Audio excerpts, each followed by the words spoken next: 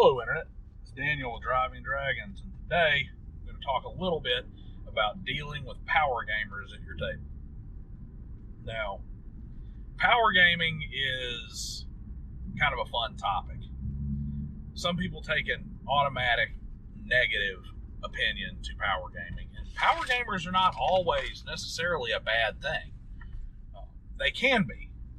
There's no question about it that power gamers can be a huge detriment to your ability to run your table and to give everybody some time to shine, and they can mess up the dynamic of a group, particularly if your group is not treating the tabletop like a video game.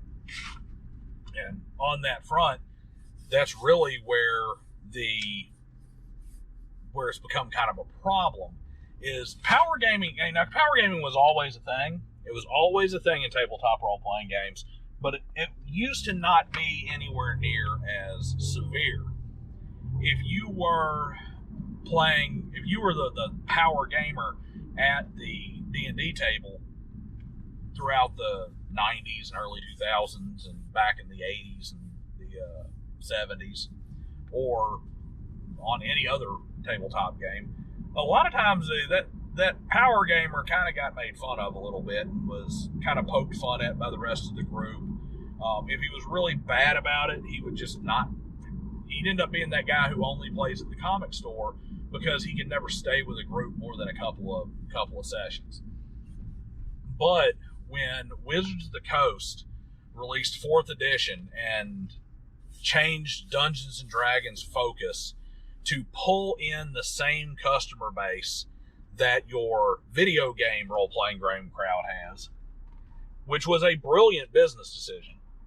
And don't get it twisted, because the fact of the matter is that Wizards of the Coast made that property, the Dungeons and Dragons intellectual property, that much more valuable just by bringing in all that additional, making that shift that brought in all that additional player base. But by doing that, they also brought in a mentality that is very strong in the MMORPG world and very strong in the video game world, the Elder Scrolls world, the Fallout world, these, Dragon Age, all that kind of thing. It's very prevalent in the online computer gaming community to try and break the game. Everybody's looking for an exploit. They're all looking for a way to hyper-optimize their character, to find a way to make things work together that the game designers didn't intend for them to work, so that they could gain an advantage. And you end up with whole swaths of people that are playing these games, and their whole thing is, how can I make my character the most powerful within this game world? And that doesn't really work with... That mentality really is kind of flawed in its premise with tabletop role-playing games, because if you're a tabletop role-playing game, we make up our own rules. The number one rule at the beginning of every single book, whether it's Traveller or Cyberpunk or Call of Cthulhu or Cult Cthulhu or Conan or Alien or Dungeons and Dragons or Gamma World or Top Spy or anything of that nature, the number one rule is that at the end of the day, the game master is the one who's in charge, and what he says goes, and he can make anything happen. So there's literally no beating the system, because the ultimate rule is the game master has to allow it. Now, this got exacerbated when this new philosophy, I call it an overcorrection of the game master position, came about, and this is super prevalent in Dungeons and Dragons. But in the early days of tabletop role-playing games, in the late 70s, when Dungeons and Dragons had first come out, and you were first starting to have this thing, it came from wargaming, which was competitive, and you had these big gaming conventions, your Oracle gaming convention and whatnot, and you had modules like, say, the Tomb of Horrors that came out, and they had a completely different purpose than what came after the Hickman Revolution. It wasn't cooperative storytelling. You would go to these conventions with 5 and 6 character sheets ready to go, because you knew the GM was the Dungeon Master was going to devour your characters. It was a highly adversarial position where the Game Master was in a way against the players. He was creating dungeons that were designed to kill the players. The players were creating characters that were designed to, quote, beat the dungeon. And that's really the way a lot of it was early on. And that, I think, got overcorrected. We went into 2nd edition, 3rd edition Dungeons & Dragons through the 80s and 90s and into the early 2000s, progressively moving more and more to collaborative storytelling and working together. Everybody needs to have fun. The Game Master is a player just like everybody else. We're all working together to have a great time. This is a social game where we're all getting together and having fun. And then we overcorrected to where even your casual Dungeon Masters and Game Masters are starting to be treated as if they're a game publisher. It's treated like me as a Game Master. I went to a publisher and I purchased, quote, we'll just say I purchased the Dungeons & Dragons engine to make my game, which is Daniel's Dungeons & Dragons game, and I put it out there for players to consume and have fun with, but I'm providing them with a game service for them to enjoy. And as the game developer, I should be capitulating to them on every way. And that mentality, that don't ever say no as a game master. Don't ever limit your characters. Don't ever tell them that they can't do certain books, or that only certain races are allowed in your game, or only certain classes can be used, or you're not going to allow multi-classing. Don't ever do that. You're restricting their character unfairly, and you're taking away their agency.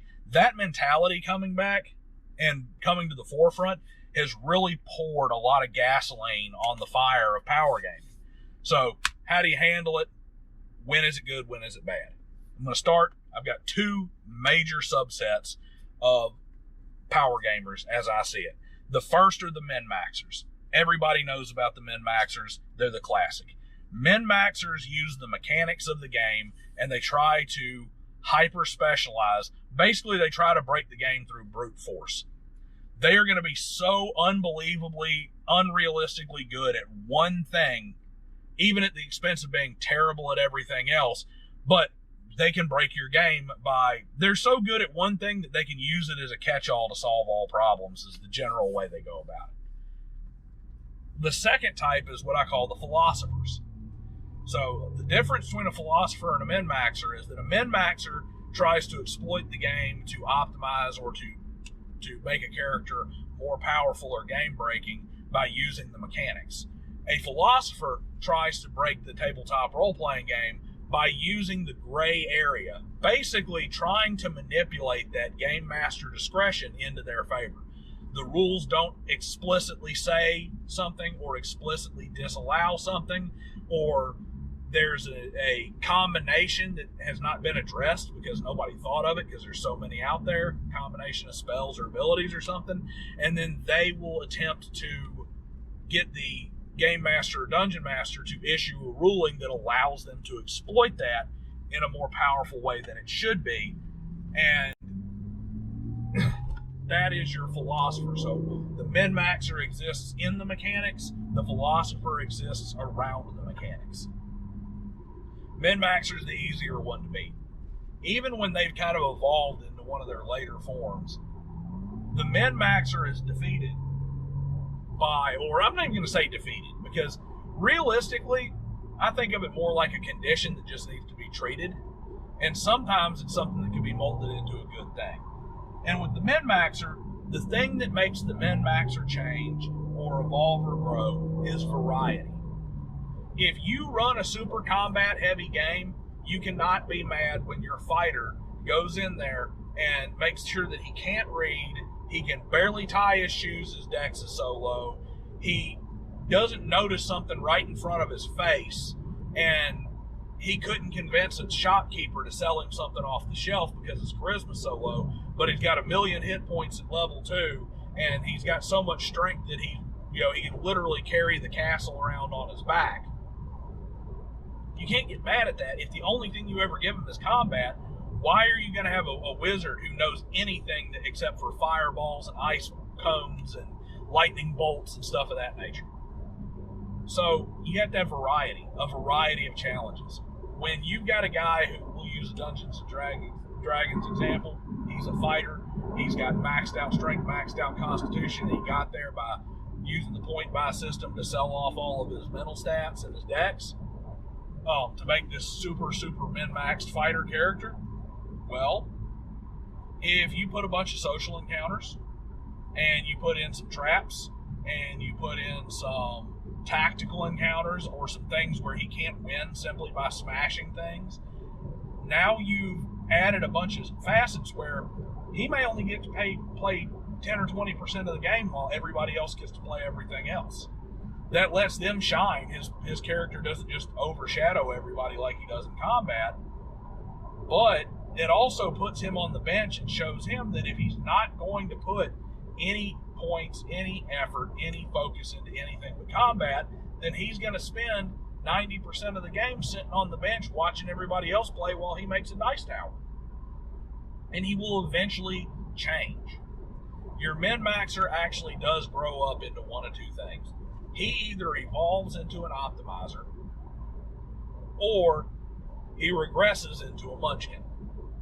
Now, Munchkin's the easier one to take care of. Munchkin is the guy who's always trying to get one over on everybody. He's got a BS explanation for everything. He's way worse than most optimizers because he doesn't care about actually learning the rules. He'll find something he thinks he can exploit. He'll jump onto it like a dog with a bone. He tears into it and then he fights for it. And he tries to rules lawyer you up and down about it. And 9 times out of 10, you just got to say no to the Munchkin. No, I'm not allowing that. Sorry, it doesn't work. A Munchkin can be easily headed off by reviewing your players' characters and their character concepts at session 0 before you allow them to bring that character into the campaign. Because you can look at it and you say, yeah, man, it sounds like a cool idea, but it doesn't work that way. No, you cannot stack harpoon bonuses to where now your second level elf fighter can one-handedly yank an ancient blue dragon out of the sky because he's got so many grapple bonuses from harpooning it and having rope off of it. And where are you going to put your 50 or 60 small spear-sized harpoons with 50-foot rope attached? That's the kind of thing that you just cut off at the knees. And if the Munchkin's going to get too bad about them, show them the comic book store. Go over there and play 2 to 3 sessions with each group before they kick you out, because what you're trying to do is ruin everybody's fun by making Superman, and you aren't going to have fun at my table. But sometimes you can fix the Munchkin simply by giving them a small win. Like, say this is a personal friend of yours, you don't want them gone from the table, maybe they're just kind of sowing their oats a little bit as a newer player. You just go in and say, hey, that won't work, but you know what, you could do this, and I can see where it could work in this fashion. And they still get to play their cool character idea with its unique ability, but they don't get messed up. They don't get to be game breaking. On the other side is the optimizer. It's actually great to have optimizers in the party a lot of times. Think a min-maxer, but smart enough to realize that he doesn't need to have a 25 strength. He can have a 20 strength and put those 5 points into other things. Now, he may not be great at these other things, but he's at least functional. He can add to the party, and he can really shine in certain areas. Optimizers are also great because a lot of times they have a ton of working knowledge of the game, and they can end up being a co-game master by being able to step in and help a player understand something, because they only get to optimize by having almost an encyclopedic knowledge of the rules. Where I think of when I think of an optimizer the most is Cyberpunk. In the interlock system, when you're playing Cyberpunk, the way combat works is it's pretty easy to guarantee you hit every single time. But you take minuses for things like moving while you're attacking, firing more than one gun, jumping through the air, rolling, diving, trying to do other things while you're fighting, that sort of thing. And it's to incentivize you to have like an action hero mentality where you're going to be like you're in the Matrix. A min-maxer is going to make sure that he hits no matter what unless it's a fumble every single time. And he'll be bad at everything, but he'll be able to do every John Woo trick you can think of when he's in combat. He's just never good at anything else. Your optimizer will still be able to do that. He's going to hit 98% of the time or 99% of the time instead of 100% of the time. Maybe he's down to where 20% of the time he might miss when he's doing all kinds of crazy stuff instead of this 10% fumble chance, because he's realized that he's going to take just enough away from his combat skills to make him useful in other areas. And every now and then he'll run across something he can't really help with at all, but that's normal. And now he's just a good member of the group who has one special thing that really makes them shine. It makes it real easy to put in those good old-fashioned, all those good old-fashioned segments where he's going to be able to show out and have his moment in the spotlight. So, min-maxers, both varieties. It's variety in your game. It's multiple kinds of encounters that are going to shut them down. Your philosophers are a little different. All right, so philosophers they can be easier to deal with because they are kind of easier to say no to. But you got to be careful, because a lot of times that's where you get into the whole stealing player agency, restricting things. And a lot of times they'll take it personally when you shut down something they came up with that legitimately should work. And now you got to dance around it, but you're like, hey, I'm just not going to allow you to use these two spells together, or whatever the case may be. You got to think through. Because they exist in a gray area, there's never a time that you can just point to a rule book and shut them down. So your philosopher comes in 3 flavors: your bookworm, your master brewer, and last but not least, Stretch Armstrong. All right, your bookworm is that guy who owns every single book that comes out for the game. If you're playing Dungeons & Dragons 5th edition, the day Tasha's Cauldron hit, he was adding their stuff into his character build. Then Fizban's Treasury came out, he was adding that stuff to his game. Every time something new comes out, he's updating, he's tweaking, he's adding. He's looking for ways the new stuff plays with the old stuff to be more powerful than it's supposed to be, to get an advantage. He's looking for the things that the game designers missed. That's what he's doing, and he is really going through adding stuff. You have to control your game world to beat the bookworm, to keep him from wrecking your game. He's another one like the optimizer that can be great, because he comes up with these radical character ideas that can be so cool. They can be really cool character ideas, and sometimes one player sees one and gets an idea, and now you have all kinds of cool creativity coming out. And like I said, he typically owns every book and manual and downloads you can get, so he can bring up all kinds of cool stuff. You might have something you need as a DM that you're borrowing from him.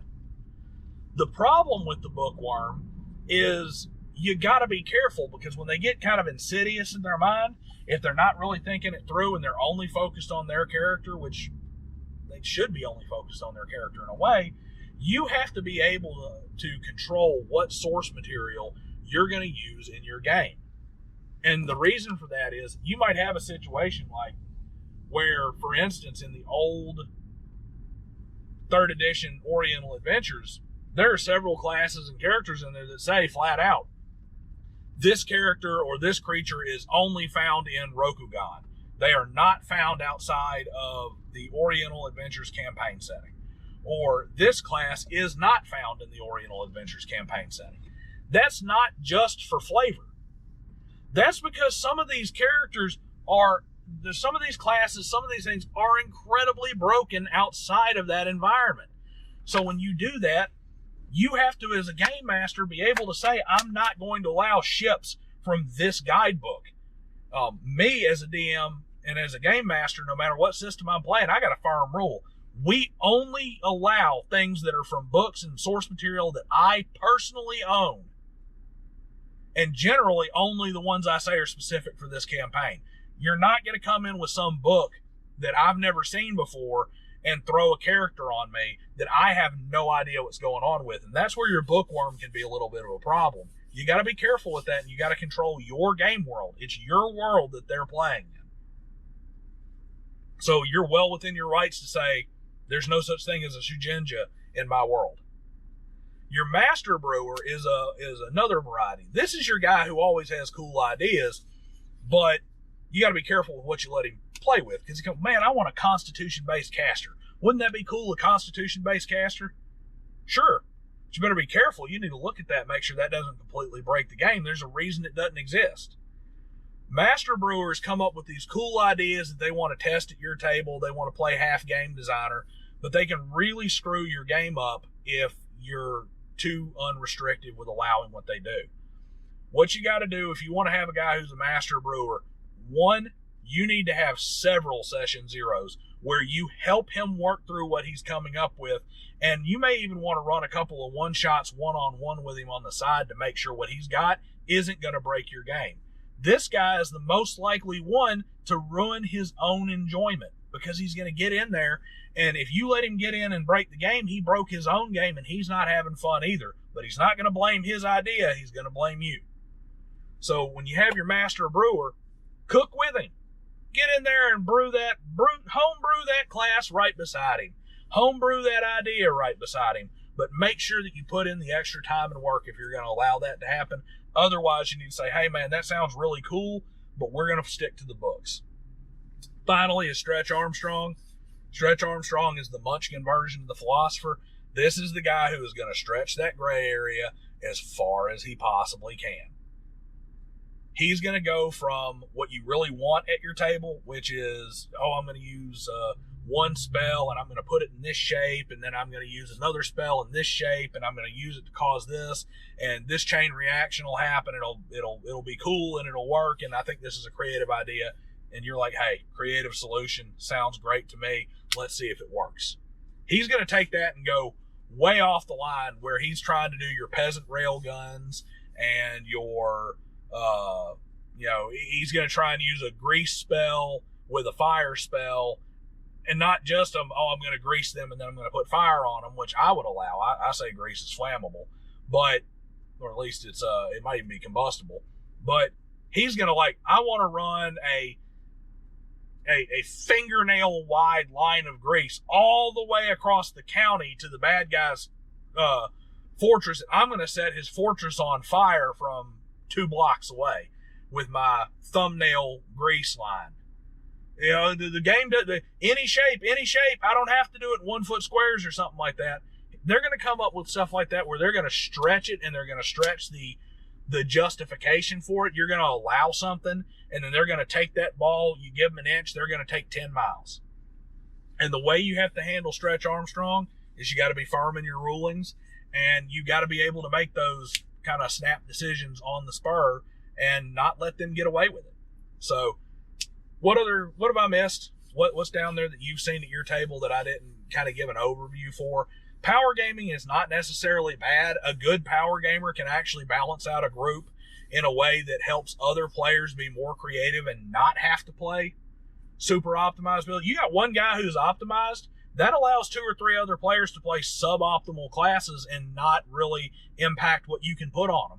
It allows them to have more fun. So they're not always bad, but keeping them from getting out of hand, that's the key. What did I miss? What tactic for keeping power gamers from getting out of hand did I not go over here? And what power gamers did I miss? Just let me know in the comments below. Like, share, and subscribe, and I'll see you next time.